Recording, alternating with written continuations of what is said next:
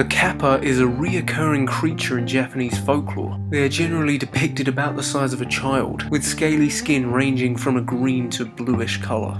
In most iterations, they tend to hang around by riversides where children in the old days played a lot. Like most disciplinary folklores, they would supposedly eat the children. Strangely, they have a concave head, which would have almost seemed like some kind of rain dish. And this part is quite clever and creative, because if that rain dish isn't containing water when they leave the water, then they can't move. So it's almost like a life support system for them while they're not submerged. In most folklore, they're described as being very polite, so if a children is about to be attacked, if he or she bows first, the Kappa is just too much of an extreme gentleman and has to bow as well. Obviously, once it bows, the water will pour out of its head and it won't be able to move. So I think right there is the disciplinary part of the folklore. A lot of folklore and fables are designed to discipline children. So in this case, it's obviously promoting being polite, bowing, being courteous. Bow, otherwise you die.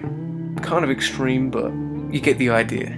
Now here's where things get interesting. There is speculation that Kappa sightings, or the origins of the Kappa, are extraterrestrial. Some kind of life form from beyond our planet that needs that water to survive, because that is quite a strange detail to have. It's basically a life support system that allows this creature to enter an environment that it wouldn't previously. And for the time, this would have been very sophisticated, considering oxygen tanks are relatively new. Humans wouldn't have been able to go underwater with an equivalent version of this. So that leads people to believe that this was maybe the ancient Japanese people trying to simplify some kind of alien technology that allowed them to live on our planet. I mean, if an alien did come from a planet where it was mostly water or liquid, then they'd need something like that, wouldn't they? The stealing of the children as well. There's that whole idea of alien abduction and experimentation. And as disturbing as it sounds, a little kid is probably the best thing to test on, because it has